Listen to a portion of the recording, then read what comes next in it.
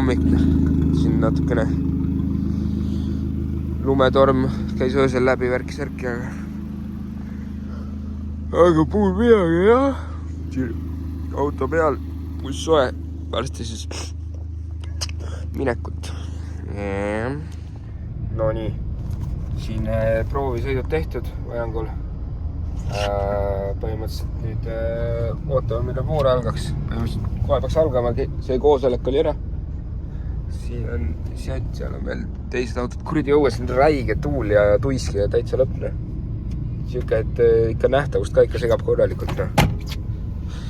Ja tuiskab vaata siuksed need kohad ka vaata tee peale. Nagu siin on vallis, siin on nagu vall ees, see veid segab ka. Seda praegu siin siis stardi järjekorras ja see on igal pool Audi, Subaru ja Arisagi. Ja, eks nüüd tuleb kiiresti sõita ja selles suhtes.